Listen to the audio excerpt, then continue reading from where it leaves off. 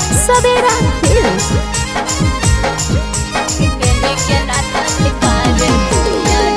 खबरिया जेबे नहीं हरबा हमें यौरी सजनवा है। अले खबरिया जेबे नहीं हरबा हमें यौरी सजनवा है। कि पेनी के नाचबे कार चलिया डीजे पसकिया गनवा है। कि पेनी के नाचबे कार चलिया डीजे पसकिया गनवा है।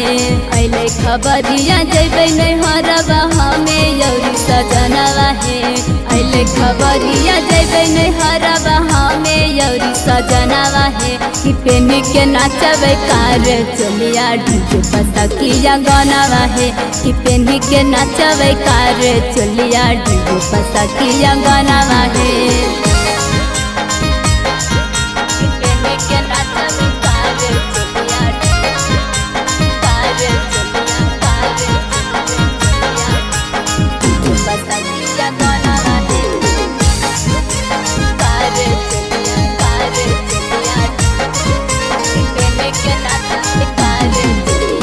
भैया के रे शादी हो गई पेनी झमा कईबे।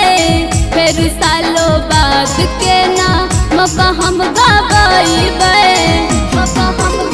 भैया के रे शादी हो गई पेनी झमा कईबे। फिर सालों बाद के ना मौका हम गवाईबे।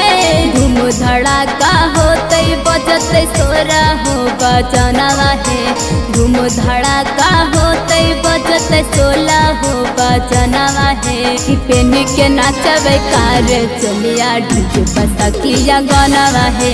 कि पेनी के नाचबे कार चलिया डीजे पसकिया गनवा है।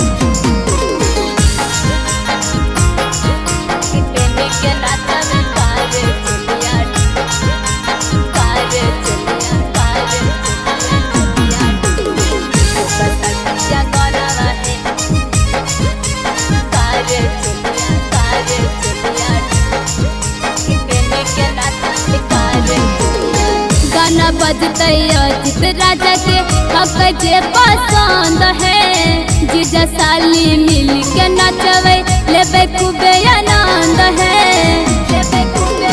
गाना बजते अनुराज के हक जे पसंद है। जीजा साली मिल के नचबे लेबे खूबे आनंद है। नीतीश राजा सर्वन सतीश मनी सरजनवा है।